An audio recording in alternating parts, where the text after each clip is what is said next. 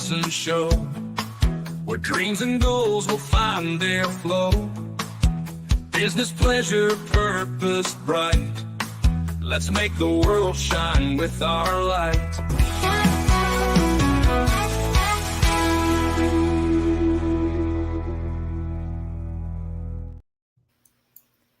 Oh my gosh, I am so excited to be talking to Carol. How are you today? I'm doing great. It's such an honor and a pleasure to be here. Let me tell you, Carol is one of my all-time favorite people, and I just met you recently with the networking group that we're involved with. And it was just immediate. In fact, I can't remember who it was, but it was somebody that knows us mutually, and they're like, was it Ryan? But somebody was like, Jens, you have to know Carol. Carol, you have to know Jens. It was like, y'all are just like two birds of a feather, you know? So, and we really are. And it's been an amazing short-term relationship that I have no doubt is going to become a very incredible long-term relationship, because we just have the same values, right? Right. Yeah, it is. And I want to say thank you so much for coming on my new podcast, because one of the things I talk about personally is how much the year 2020 changed me, and 2021 is when I lost my mom. And those two events, it really, you have those things happen in your life and you're like, hold on a second, you know, it's a time to recalibrate, and you just change. And so I thought, when I relaunch my Jens Johnson Show, it used to be called Big Bold You, I thought, you know, I want to go deeper with people. So I'm really excited about this interview.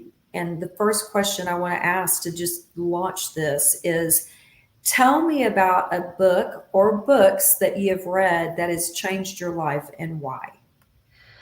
The one that's, well, other than the Bible, of course, the one that has really changed my life is by Bob Proctor, Change Your Paradigm, Change Your Life.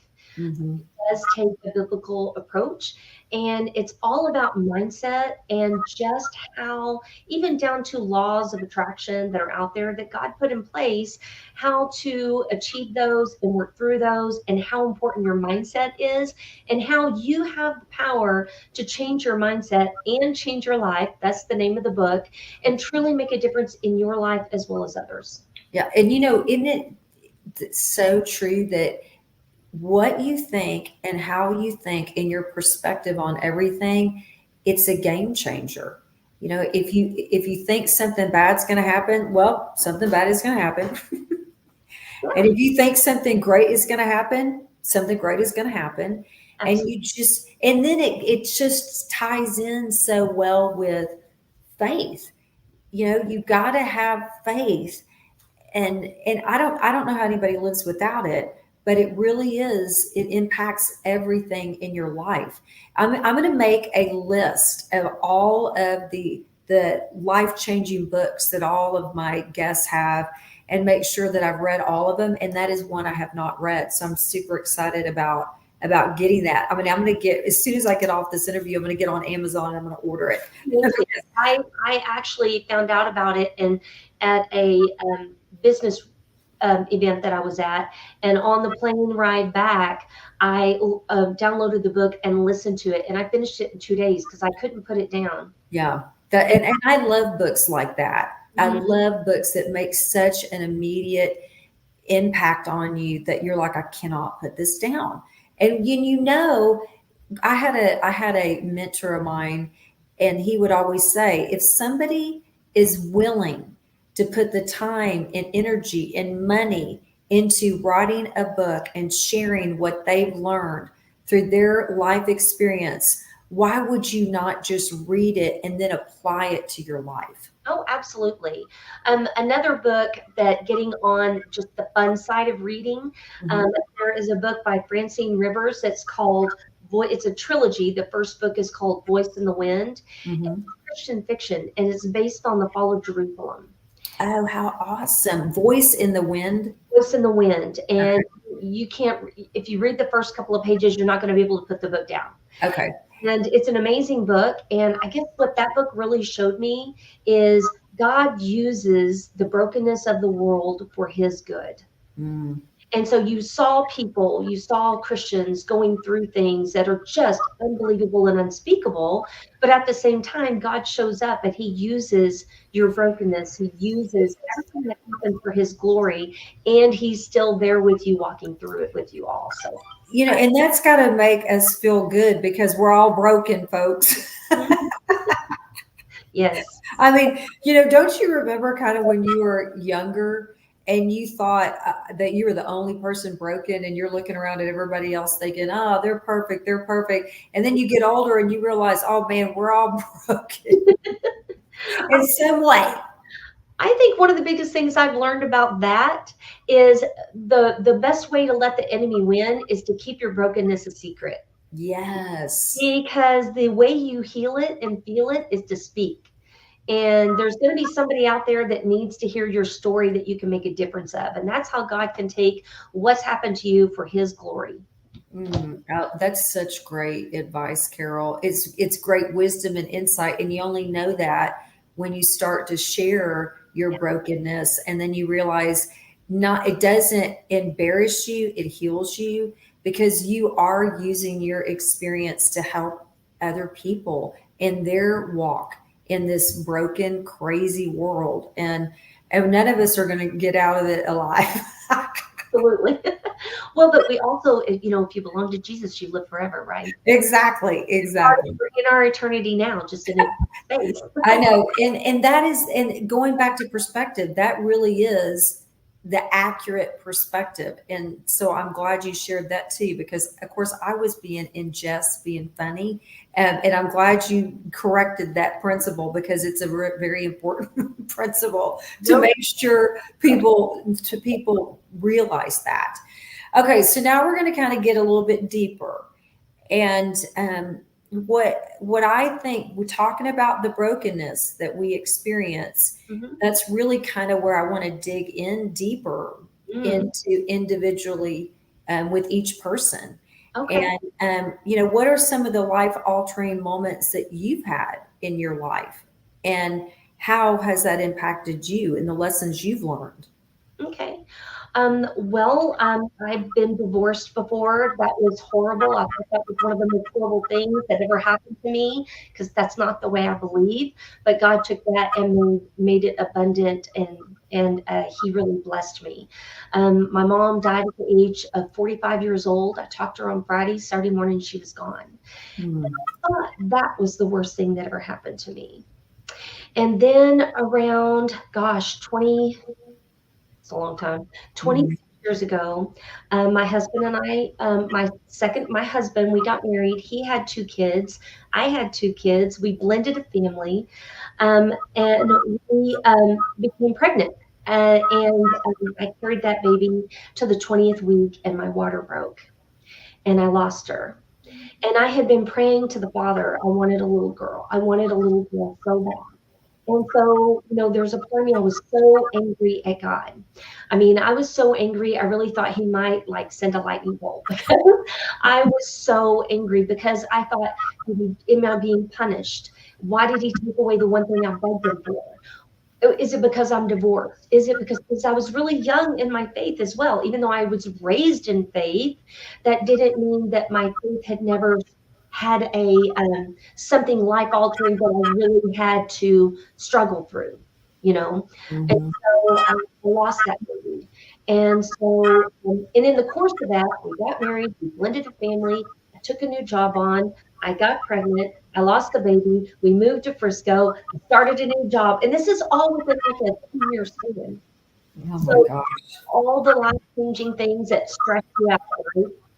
So we get to Frisco and we start a church. And I asked my prayer group, I want you to pray with me for a year and I'll decide if I want to have another child again. 2 weeks later, I found out I'm pregnant. I fell to my knees. I was horrified. I was scared out of my wits. I asked the Father, what on earth, what on earth, why? And I started going through this pregnancy, and probably around 16 weeks, I went into labor. Oh, If no. you go home, you got to get on bed rest. I was a school teacher at the time. So I came home, I got on bed rest. And literally, I'm asking God, what are you doing? Why are you doing this? Right. And so I randomly opened my Bible, literally stick my finger on a verse, and it's where it landed on Samuel. But she was going to name her baby Samuel because that means from God. Mhm. So I told my husband, if this is a boy, his name will be Samuel. Mm. Got off bed rest, went back to work, going right along. And around 18, 19 weeks, I went into labor again. And I'm like, Lord, this isn't funny. I don't Mm. know what's going on here, but this is not funny. I went home, I was on bed rest. Again, I opened the Bible, landed my finger on a verse, and it landed on Job. And it said, because of Job's faith, God blessed him with more children. And the Bible says they were beautiful. So I told my husband, if this is a girl, because I didn't know yet, this is a girl, her name is going to be Faith. Mm. And the doc said, you're on permanent bed rest. You cannot get up until you have this baby. Mm. So 6 weeks before her due date, I go into labor, get in the hospital. They can't stop her. And so they have the whole NICU unit on staff. They said, Carol, she's coming. We can't stop her. She's a girl. We can't stop her. She's coming. She may weigh 3 or 4 pounds. So when you have her, we're probably going to whisk her away. Want you to be ready for this. When the baby was born, she was 6 pounds, 4 ounces. Wow. There was nothing wrong with her. Right. And at our church, they put a picture of her up, and it says, our faith has now become sight. Oh, I love that. So I guess for me, that was pivotal in my relationship with God, because I didn't understand what he was doing, but he showed up for me, and he showed me that he was bigger than anything. Mm-hmm. Oh, And yeah. through the process, my husband and I have been able to talk to other couples that struggle with loss of a child, because we know, we understand, we dealt with that, and it was so uncomfortable. And I've even taught a class before at our church on just supporting women that are struggling with loss and even infertility. You know, I obviously have had friends that have struggled with infertility, and I think that's something that you find more and more frequently these days. And I think that is kind of the signs of the times. I think it's going to continue to happen. Absolutely. So that's definitely something that many people can relate to. And I know, friends and family that have lost a child early, and preterm and even born and then after, within the, first few weeks, months. And had a good friend actually lose a child, a baby with SIDS before. Mm. And man, that whole that range of feelings that you go through, that I've observed people go through, and that you've gone through because you've experienced it. You know, did you find yourself when you were going through that situation? I mean, did you feel guilt? Did you feel shame?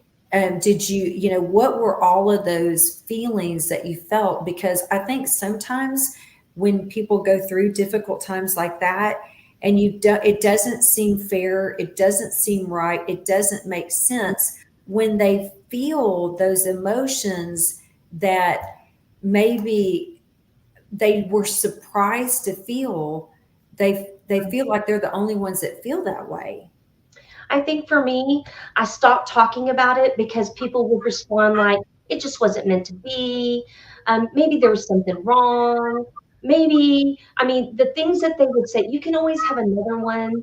Things like this were just devastating to me, because I kept thinking, was God punishing me when I was going through the loss of the child?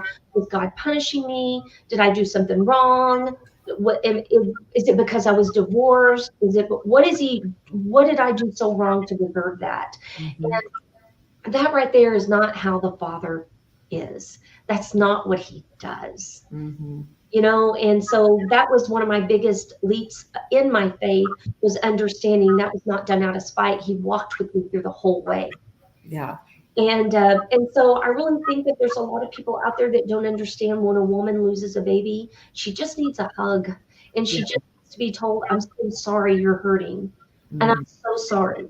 But past that, a woman just has got to heal, and even the husband has to heal. They lost a child too. And so Mhm. that couple just needs the opportunity to go through grieving and go through mourning, and to be told that child exists, that child will see you someday, that child had a purpose, that child that it wasn't long, and that you are loved, you are a daughter and a son of God, and everything will in time be less, because I've never forgotten that child, you Oh, know, yeah. but I know I'll get to see her someday. Mhm. Well, And you brought up a really good point that I think is great insight and wisdom as well, and that is for those of us that haven't experienced that firsthand. What is the best way to just minister and or be there for someone? And you said it. Look, don't say anything other than I'm sorry, I love you, and be there. the other thing I needed to hear is that I didn't do anything wrong. Well, Because that's you're good. thinking, did I do something wrong? Did I move wrong? Did I eat wrong? You know what I'm saying? Did I pick up something that caused it? You know what I mean? And so I think that that was another thing that I really needed to hear was, I'm okay. I didn't do anything wrong. It just happened, and I'm Right. okay, and I'm loved, and I'm sorry. And I think that is such a great phrase to give somebody, because how can you not think those things? I mean, I just, any what I've learned in my experience in life is we are the hardest on ourselves. Hmm. I mean, nobody needs to beat me up over a mistake I made, because I do plenty of that on my own. And when you go through something difficult in like that, having somebody provide that information to you, you didn't do anything wrong. Sometimes we can't make sense of things that happen in our lives. We can't. And it was a really good friend of mine. Remember, I told you that I was so angry. I really thought God might strike me. I was so angry at him. And it was a really good friend of mine that looked me in the eyes and said, Carol, our God is a big God. He is a big boy, and he can handle your anger. Yeah, that's such great um, you know knowledge to have and to be given to you, for you to receive, because and he also knows what you're going through. He does. And and he's not mad at you for being hurt and mad and upset and angry and confused and not understanding, because that's the thing, is a lot of times we just don't understand when things happen to us, especially if we've never experienced it before. How can we know, and when we've never experienced something before, what it's going to be like? And then when we experience it, we're confused and we're frustrated and we're hurt and we're mad and we're angry. He understands all of that. Yeah, he does. And he is such a loving God. It's just like if your child was upset with you, you're just going to give them a hug and talk about it. And I think sometimes we forget to listen, because we weren't promised that this world was going to be easy, but we were promised that he would be there to walk with us every step of the way. Right. Absolutely. Absolutely. In fact, I feel like when I read, he's telling us it is going to be hard. So just be aware of it. But I'm going to be there with you every step of the way. If you want me, if you Right. want me to be with you, I will be there with you. But it is going to be hard. And so, with the loss of your mom, like you said, oh my goodness, she was 45 years old. How old were you? 23. Oh my gosh. So yeah, you experienced that at age 23, your mom being 45, that had to be devastating. Then going through the divorce, blending the family, loss of your daughter, having another difficult pregnancy, but you're so happy and you're so joyful and you're so positive. How did you do that? I think there's a book called Seeing the Unseen by Joe Beam, and it's about spiritual warfare. And one part of the book was really eye-opening to me, and I carry this with me. He has a child that is mentally incapable, and so but she's adult size, and she's like the mind of a 5 or 6 year old. And so they had to take her to the doctor because she had allergies. Well, that is the time when they did the little pricks all over the back. And he said they were trying to hold her down so they could do this test so they could find out how to help her. And they couldn't hold her down. So they asked the dad, you've got to help. You've got to help us hold her down. And he said, she looked at me, helping them hold her down. And the look in her eyes was, Daddy, why are you letting them hurt me? Mm-hmm. And he said, I think about this with our Heavenly Father. There's things that we go through that we don't understand why he's allowing it to happen because it hurts us. But he knows all along what he's got planned for us and what we need. Mm-hmm. So that is something that I've always clung to. And I just remember I have to trust him. He's never led me wrong. It may have been hard to go through, but he's always shown up and helped me persevere and find the other side. And just like Jeremiah 29:11 says, I have it hanging above my computer, for I know the plans I have for you, declares the Lord. Plans to prosper you, not to harm you, and plans to give you a hope and a future. Mm-hmm. And so I cling to that, knowing that whatever I'm going through, we're living in a world where things just happen to good people, bad people, indifferent people. It just happens, but also good things happen. Right. And I just know that my Father has got a purpose and a reason and a place. And I just try to remember to trust that I don't know what his end game is, but I know it's for my good. Yeah, that's so true. And it is for our good. It's so hard sometimes to get through it, but every difficult time in my life, on the other end, I am a better person. Yeah. And so, even sometimes now at the age that I am, when I am going through something difficult and I'm bawling my eyes out because of it, I'm like, okay, but I know I'm going to be better on the other side of this. So it doesn't always make it easier, but it allows you to have that understanding that we're in the refiner's fire, and we are going to get better at when it's done, and it is going to be done. There'll be an end to it. It doesn't matter what you're enduring in your life. It doesn't last forever. It Right. doesn't last forever. And that's something, as you get older, you realize that it doesn't last forever. Right.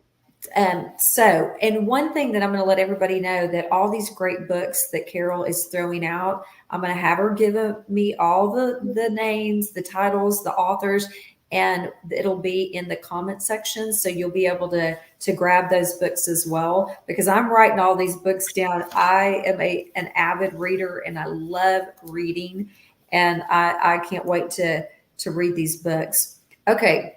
So next question. What is important to you? And I know that you've kind of touched on a lot, but what's important to you?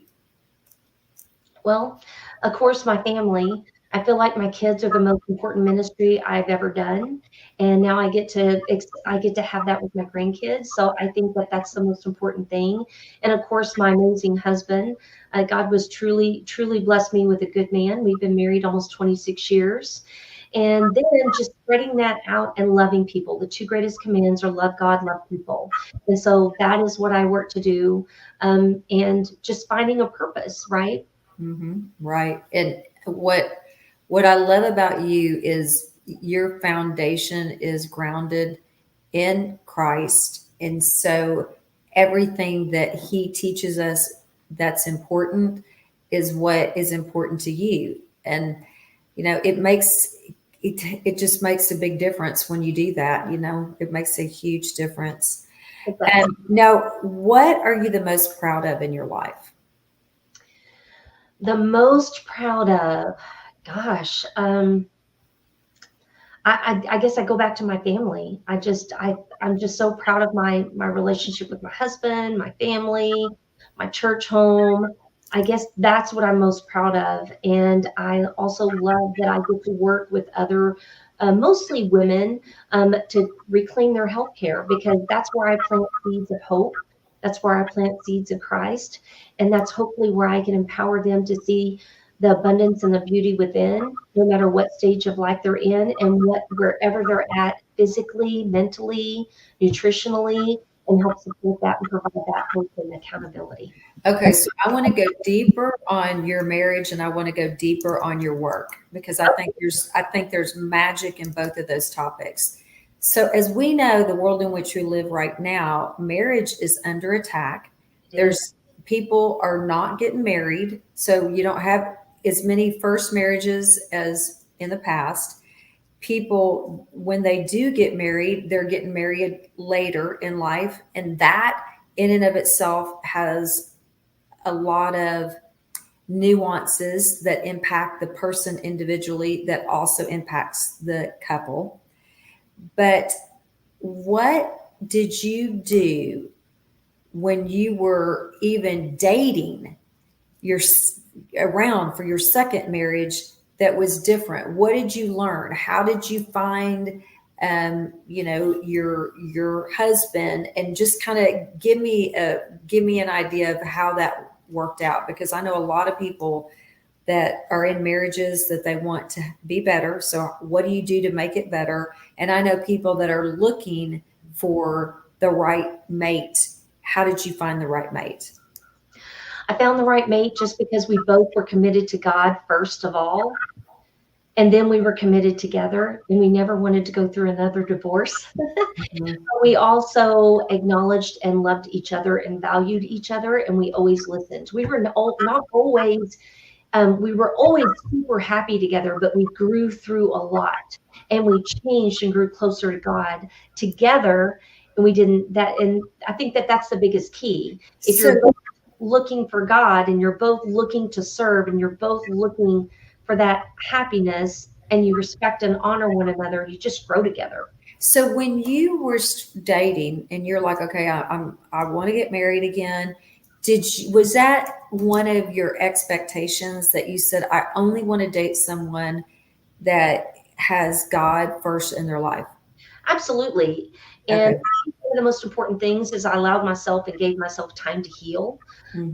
And the other thing, I made the decision, I told God, apparently I don't do a very good job of picking out someone. So if you ever wanted someone in my life again, he had to pick them, and he had to make it like the big red fire truck and make Wow. it clear to me that this was meant to be. And I Hmm. did meet my husband at church, and we dated, and we really took that time to decide what we wanted and how we wanted it, because we both wanted to make sure that we were always going to put God first, because we also had children coming in from previous marriages, and that's your top priority, right? Kids are your legacy, your kids are your ministry. And so that we, from day one, decided we were going to be on the same page. We were going to be partners in raising all the children. We were going to love all the children. And there would be a short time that they would be first in line, but we always decided someday these kids are gone. So we're always going to put our marriage first. So we always had a date night. We always had time to talk. We always had time to grow in our relationship together, because we didn't want to end up, kids are out of the house and we don't know each other. Hmm. Well, I'll tell you, you made some really important decisions before you started dating one another, and that is, hey, I'm putting God first. I want someone that also puts God first, and whatever your values are. I mean, whatever your values are, know what those values are. Be true to those values, which you were, and you were true to those values because you were in church yourself. And I mean, I know people that say, whatever the situation is, we'll use this example because we're talking about it, but they'll say, I want a godly person, but then they're not doing the individual work themselves to have that relationship. Or they might say, I want somebody that is, really health conscious, but then they're not doing that themselves. So, I was listening to this one podcast, and the guy was saying that was working with this. I don't know if it was a coach, I don't know if it was a counselor, therapist, what have you, but was working with this person. And the person said, write down, you know, title at the top of your page, everything I want in my spouse, everything. And then, he wrote everything down that he wanted in his spouse. And then he said, okay, he said, give me the paper. He took the paper and he ripped off the title. And he said, this is who you need to become. Mm-hmm. And when you become this person, then you're going to find that person, because you're going to attract who you are. And they're really, sometimes we don't even understand that fact.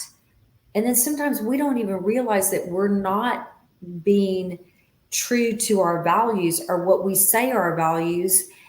We just don't get it. And so you obviously were at the point in your life, you knew what you valued, you were consistent and true to your values, and so was your spouse. And that makes a huge difference. Then the other thing that you said, there are two other things you said I thought were very important. One is you were on the same page with how you were going to raise all of the kids. Mm-hmm. And that all of the kids were a priority, and for a short period of time, because you had to raise them as parents, you put them as a priority because they are your legacy and they're your ministry.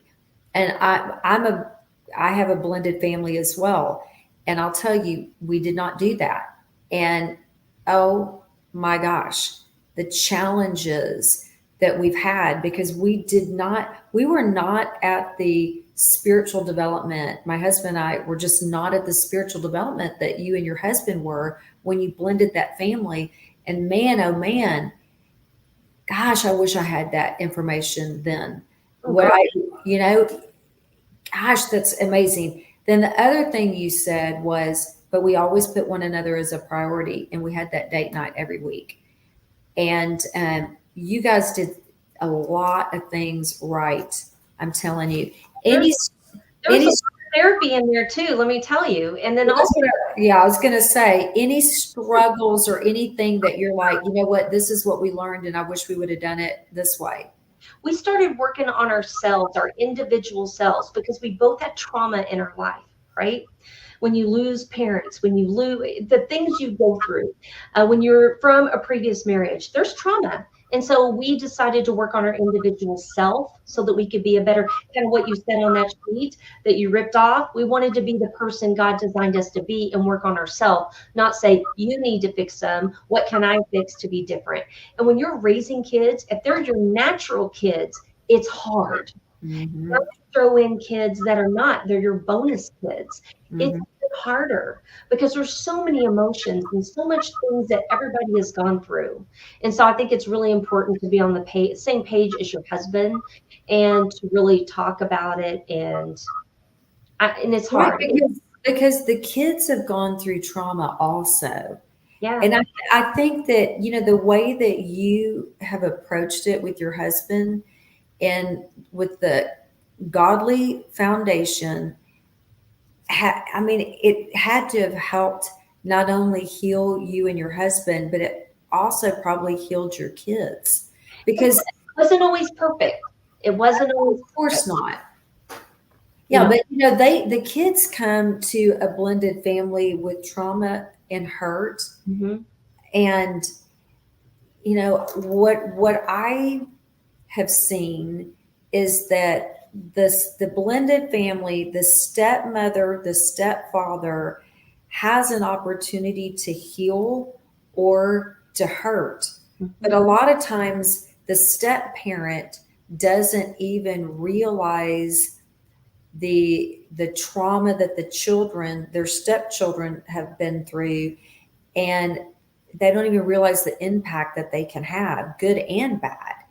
And I just think sometimes that people are not mature enough and developed enough in their walk at the time and they cause more trauma to the children. Absolutely. And it's just, obviously I would think 99% of the people, that's not their goal. They don't want to cause more trauma to the children, but it just happens, if you're not aware, and you don't make a conscious effort to say, hey, this is a responsibility I have, and I want to handle this the best way I can. And you and your husband y'all really approached it in a phenomenal way. One of the things we always told our kids is love the person, hate the sin. Hmm. And we were always open with them on biblical purposes, but we wanted them to love their other parents unconditional. And then on my side, with my two boys, their father was not present at all. And my husband took that and he told them from the beginning, you're mine. I'll always take care of you. And when my boys were 15 and 17, he adopted them. They went to them and said, we want you to adopt us. And we not only want you to adopt us, we're taking your name. Wow. Adopted them. And it was a cool experience. So That's wonderful. And that's all comes about from true love.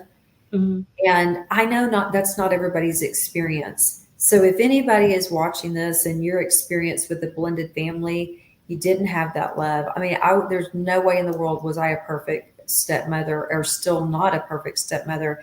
But I will tell you, I love my two bonus kids so much.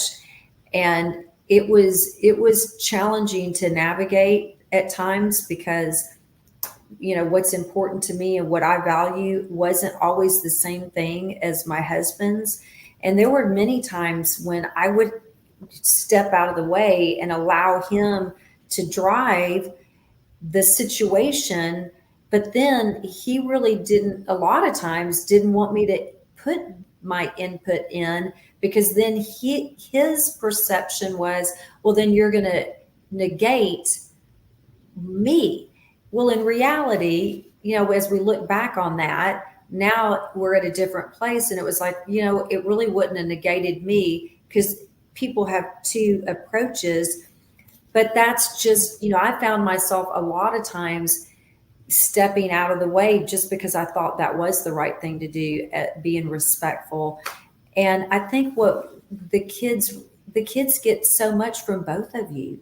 Yeah. Well, and I'm so glad we don't have to be perfect. Oh gosh. I'm glad God intercedes and covers all, because I don't think whether it's a blended home or not a blended home or a single home, there is no perfect parenting. No. Just do the best you can do. I know that there were always times that sometimes I had to go to my kids and say, I'm so sorry.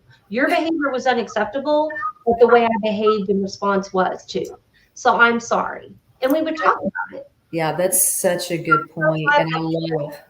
So you don't I have to love be perfect. You do what you think is best and you go with it, because somewhere there's the Holy Spirit interceding and telling you what's needed in that moment. Yes. Okay, now I want to go deeper into your work, because I think that because of who you are, you approach what you do in a really special way. So just kind of share with everybody what you do and what makes your approach so special and unique. Okay. Well, I told you about my mom who died of a massive heart attack at the age of 45. So my biggest fear was, am I going to die at 45? Am I going to have heart disease? Is this just my life? Is this, you know what I mean? And so that was a big fear of mine. So my first degree was in the medical field, and all I saw were charts getting thicker and people getting sicker. It was a reactive healthcare. And I'm like, well, this isn't it, you know? Yeah. And I hated it. And if I went to a doctor and they knew my mom died at 45, they wanted to put me on medications. They wanted to do all this stuff. But if I went to a doctor and didn't tell them, I was healthy as a horse, right? And so this didn't make sense to me. I didn't want to be a part of a reactive healthcare system. There is a beautiful purpose and time for medication, but believe it or not, it was meant for acute needs, not chronic. Right. Right. And so I started diving in. I became a teacher because I finally decided I needed more time with my kids, especially when I went through my divorce. I was all they had. And I was spending so much time in the medical field. I'm like, I'm missing it, and they need me. They need a parent. And so that's when I became a school teacher, and I taught for a number of years. But my heart was in learning about how do you move? How do you eat? What's the proper way? Do I have to die because of different things that my previous family members did? Can I stop it? Can I change it? So I really started diving into nutrition and movement. And so I started getting the certifications in nutrition and personal training and corrective exercise. And then I started learning how important mindset was. So my approach is a little different. I think mindset is everything. And even scripture tells you mindset is everything. Yes, it is. 14:30, and it says, a heart at peace is life to the body, but envy rots the bone. Proverbs 17:22 says, a cheerful heart is good medicine, but a crushed spirit dries up the bones. So even in scripture, it will talk to you and tell you just how important your mindset is.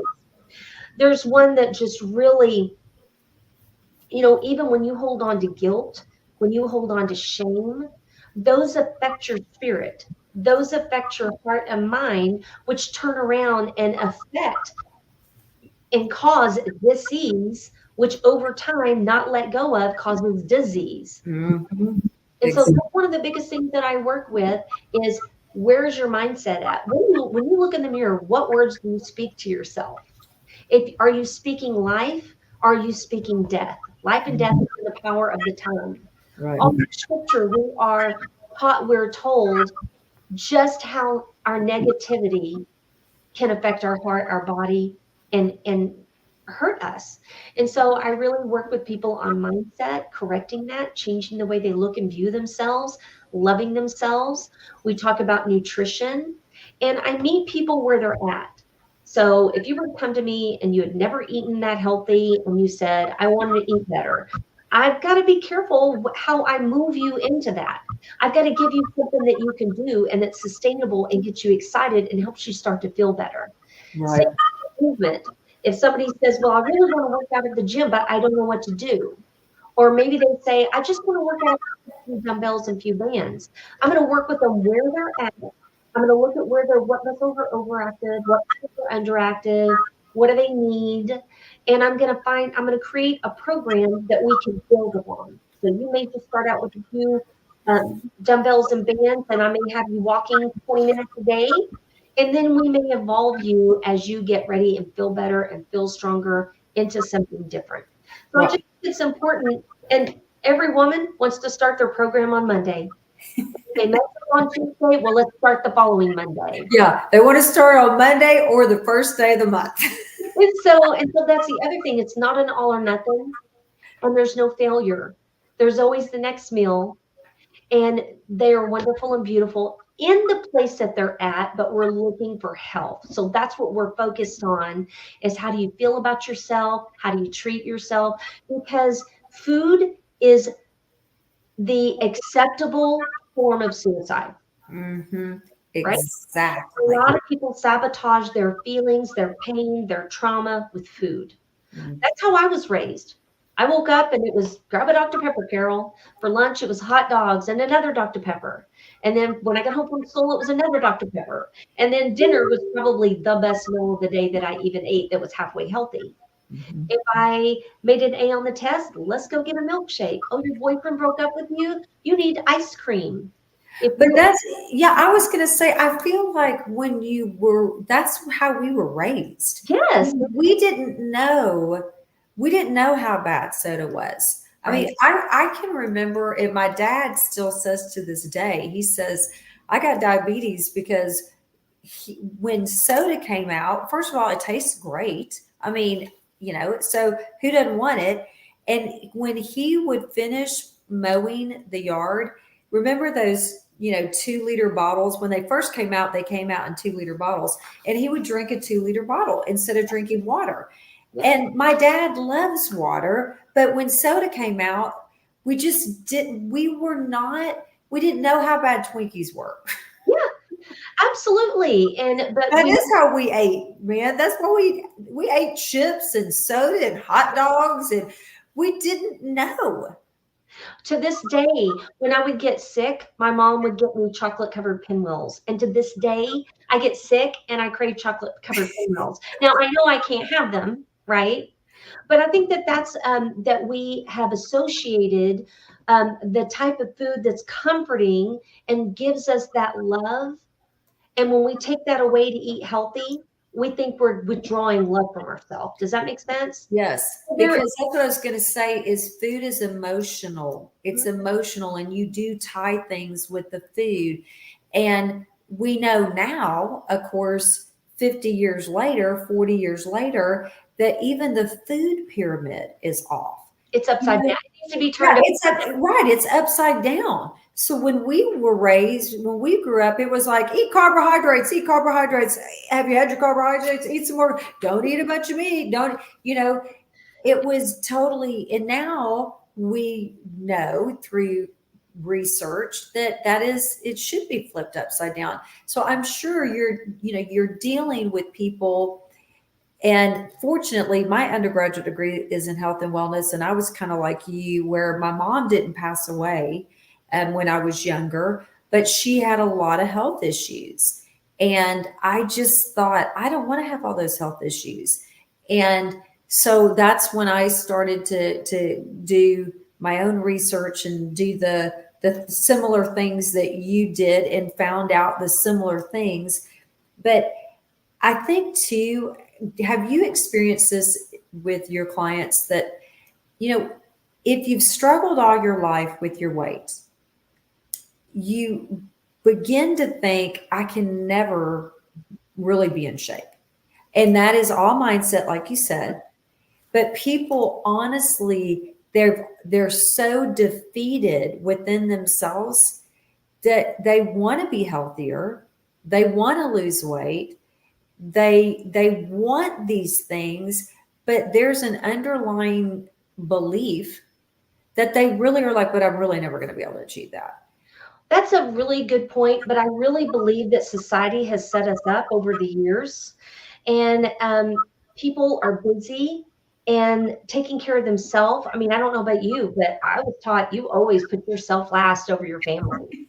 And that's so wrong. When you're in an airplane and what do they tell you? If the masks come down, put it on yourself first, because if you pass out, you cannot help the child beside you or the elderly person to your right. So you've got to take care of yourself first. That doesn't mean being selfish. That means being selfless and seeing that if you aren't healthy, you cannot be the best for your family. Because think about it. I have been without my mom since 1990. Mm. I have not had a mom. And what I would have given for her to take a little bit better care of herself and be there, I don't think she did it on purpose. I don't think she understood or knew. Right. But still, I didn't want my kids to be without a mom. And I didn't want my grandkids to be without a grandmother. And I wanted them to have a grandmother that would run on the playground and climb up the playground's toys with them and play. Right. Get on the floor and not huff and puff and need a machine to breathe in. But I think that today's society, so many people want an easy button. And they want that easy button to be Ozempic or the next best drug to help them lose weight. But anything done temporary reaps temporary gains. So no matter, there's so many programs out there and there's so much confusion what to eat: keto, Mediterranean, carnivore, you name it. The list goes on, and people don't know what to do. So they put something that's easy or they try. And if they can't afford it, then they don't do anything. And they still have this mindset: I'm going to take care of myself next year. I'm going to take care of myself next month. I'm going to take care of myself when the kids are gone. And what's going to happen is they're going to get so far into disease that they feel hopeless to get out. Right. I know easy is cheesy. Okay. Just there is no easy and like you said, anything that is easy, it's temporary, it's not lasting. And my experience working with clients has been a lot of these quote unquote easy things turn out to result in a lot of damage internally that people that they're not going to tell you and they're not going to promote, and it ends up not being easy. It ends up being cheesy. healthcare system can't make money off of you if you're healthy or dead. Yeah. Doing that in between a lot. Not that the healthcare system doesn't have a place and it's needed and it's wonderful, okay? Mhm. But for the majority of people, I think it's their lifestyle, it's movement, mindset, and nutrition.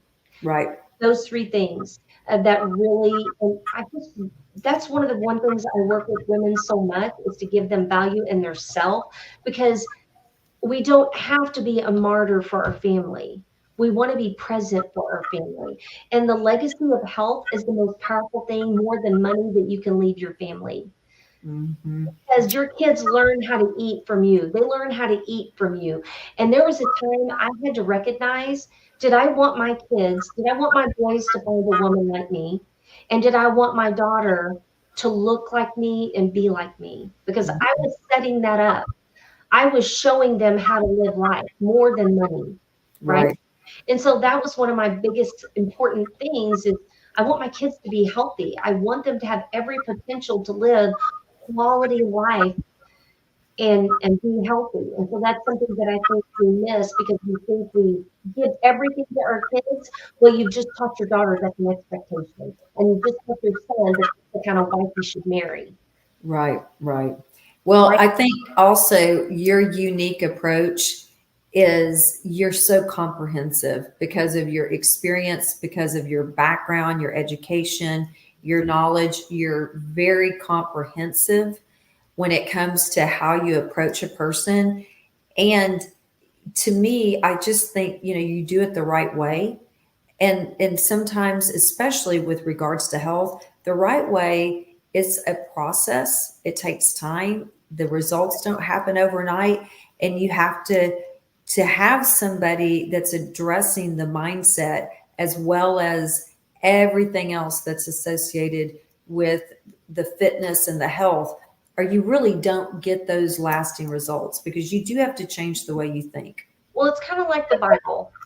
Having a relationship with God, you've got to delve into his word. It's a process.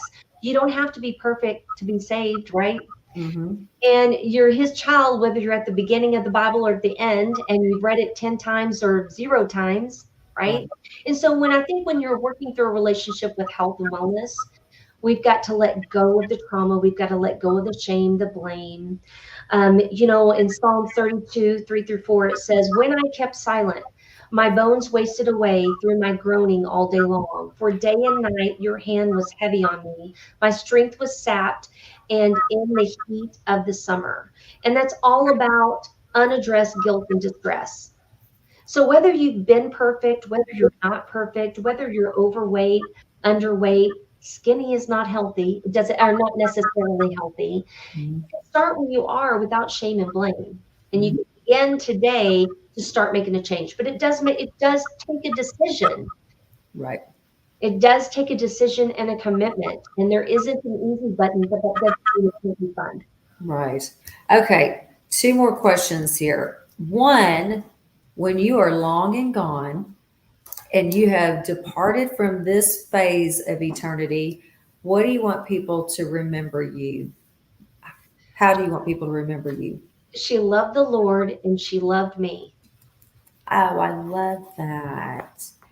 I love that, Carol, because one of the just one of my personal missions is I want people to feel loved when they're around me. I want people to know I don't care about what they do. I don't care about how much money they have. I don't care what their situation is. I just want them to feel loved. I adore that statement. And I think that that's also important. And hopefully, what I carry over when I work with people is if they mess up, it's okay. I'm not mad at them. I'm just trying to help them win. Right. And so I think that that's really important because especially with women, if they mess up, they feel so bad because they don't want to tell me. And I'm like, girl, this is your journey. I'm here to support you. You're Oh yeah. beautiful where I you're don't at. I don't think I've ever met someone that has said that like that when that ever before. And I'm sure there are plenty of people out there like that, but that really is how I am too. I see people as a blessing, not a bother. And sometimes some of the most difficult, challenging people that others are like, "Oh, I don't want to deal with that person. I don't want to deal that with that person." I'm like, why? I can understand why, but I still don't have a problem with them. I'm like, Deal with that person, then they're taking on trauma and stress that's not theirs to take, right? right, right. Okay, last question. In the times in which we live right now, in your opinion, what do you think and see that is a thorn and what is a rose? Well, I think 2020 was a thorn because I think it brought a lot of trauma to people. And I think that it really it brought a lot of dissension in people and a lot of pain. Hmm. Um, and so that is something that I work with when I work with clients. It all goes back to 2020. That's been their Achilles heel in promoting even worse healthy habits anyway. Wow. And I think the rose is that they had to be still and listen, and they spent a little more time with their family. So I think that that was a good thing, and I think that it made people more aware of just themselves and their family. So I agree with both of those because I think 2020 just changed so many people's realities. And I know for myself personally, I was living my life with one foot in the world and one foot in the word. I was living my life where I separated my spirituality from my business because I didn't think you were supposed to put it together. So I kept it separate. And with regards to that rose, let me tell you, when 2020 happened and we had the 2 week shutdown, I was one of those that honestly believed it was just going to be 2 weeks. I mean, my adult kids were like, "Mom, this is going to be months." I'm like, "No, they said it was just going to be 2 weeks. It's going to." But I did spend so much more time with my family. Now, I was spending more time with my family because of the breast cancer that my mom was going through, and so I had already started to slow down, but I slowed down so much. And I had always lived my life on speed 100, and I wouldn't slow down for much of anything. And that included my family. So I think that that rose that you saw or that you mentioned, I think that really is true. It slowed us down. And then you start to think about, well, what do I value, and where are my priorities? And as Pastor Allen, who is one of the co-hosts on Wake Up in the Word, he always says, if you give me someone's checkbook, I'll tell you what they value. true. And I remember the first time he said that, I was like, what do I spend the most on? So having that time to slow down was really helpful to me. And I'm different because of the experience of 2020. I think a lot of people are.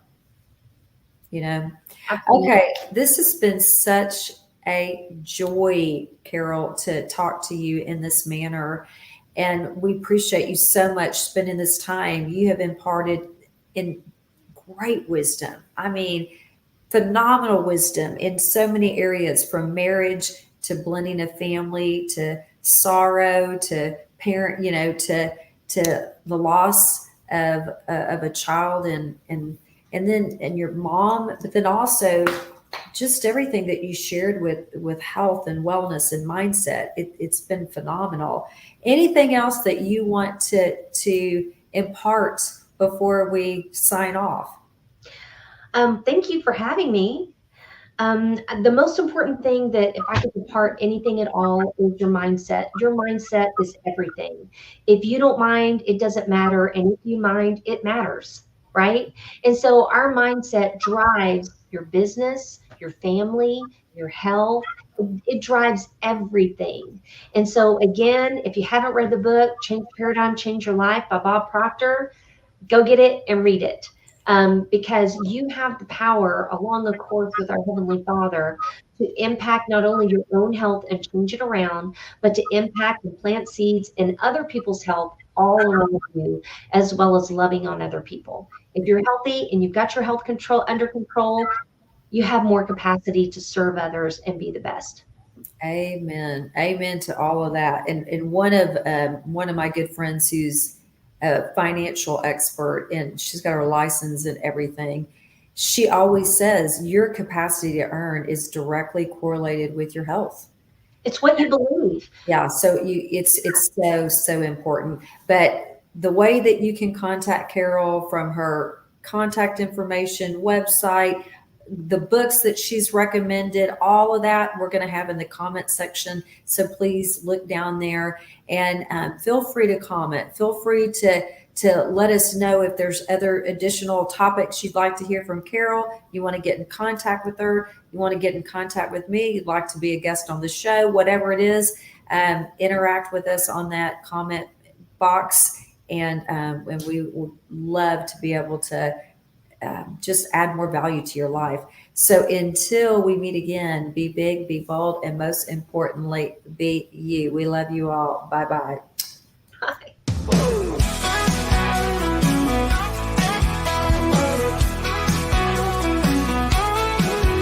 Welcome to the Jess Johnson Show, where dreams and goals will find their flow. Business, pleasure, purpose, bright. Let's make the world shine with our light.